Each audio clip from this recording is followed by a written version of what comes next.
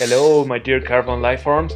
I bid you welcome to a new tutorial from Dolburg. This time we'll be taking apart a Marvel basic action figure in order to turn it into a super articulated unique custom. We do like a lot of a sculptor in these rascals, but we also constantly keep on wishing that they were more articulated so that they could adopt more dynamic poses. We will expand the motion that the figure already has, and will create new articulations for this Kid Arachnid by using Revoltech joints, which are easily attainable, cheap, and provide a nice range of motion. I am going to guide you through all the steps needed to do your own custom figure, with the hopes that you'll enjoy the whole process as much as I did when putting this video together. As this kit takes a relaxing boiling water bath, after a few minutes, all of the pieces come apart easily. The resulting parts will allow us to do the modifications. We will start by widening the angle on the knee joint, first carving through the size of a moving socket and then cutting and sanding. We also need to work on the upper leg,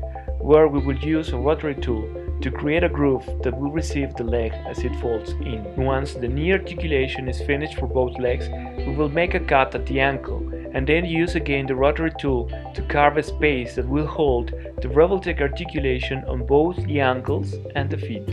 Once we finish carving the grooves for a joint, we will use a drill bit that is smaller in diameter than the legs of a joint, so that it fits snugly and not loosely on both appendages. We drill the corresponding holes, checking back and forth that the joint fits properly and works fine on both ends. Using a silver Sharpie, we will trace a couple of lines that will guide us when using the hobby knife to create a U-shaped groove onto the main leg.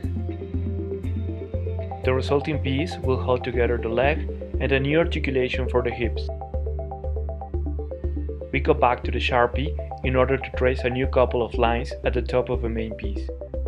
Once severed from the main leg, the smaller bits can be reattached to the socket by using superglue. We sand the resulting piece to smooth it and test the whole arrangement in the original leg socket. Once we are certain that everything fits properly, we use a very small drill bit to carve a hole for a piece of wire tubing that will serve as the axis for the joint. We do holes on both sides of the main leg and onto the T-socket.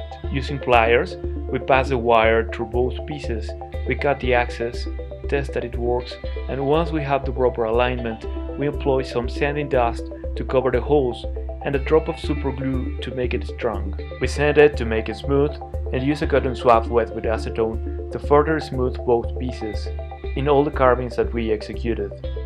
Do warm up the leg pieces with boiling water once more and put every joint together. Then we use spray paint to cover the leg and unify its pieces. We want the elbow joint to have a better range of motion, so we cut a small piece in the biceps in order to allow the lower arm to move further into its joint. We sand down and test for proper fitting. We will remove the hands from the lower arm and start carving using our rotary tool to make space for a smaller Revoltech joint. Since the hands are quite small in size, we will need to cut short one of the legs of a joint so that it enters properly without ruining the original sculpt. And we're done! I am really happy with how this Miles Morales ended up. We now have a bow joint articulation at the head. We have 360 degrees of movement for the arms, which also open and close. We kept the same bow joint for the elbows, with an increased range of motion, and 3 new moving planes for the hand, 360 degrees from the arm, a revolving joint, and another 360 degrees for the hand itself. The figure is now able to do splits, very much like the figures from the DC Universe Classics collection. The lower leg joint now comes a long way into folding itself down. And last but not least, we have 3 new moving planes for the feet, 360 degrees for turning around, the swivel, and a rocking ankle, so that the figure is able to stand in any desired position. When compared to other figures in the series, this Kid Arachnid seems to be light years away. As we progress in our tutorials, I will teach you to further articulate your creations. Again, I hope that this was fun.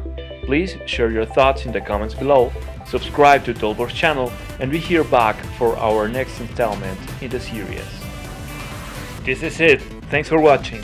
Follow us everywhere in social media and maybe purchase one of our products today.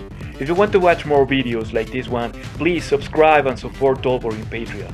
Their contributions will make it all happen. And remember, my carbon-based lifeforms, impossible is what we cannot dream of. Peace, and see you soon.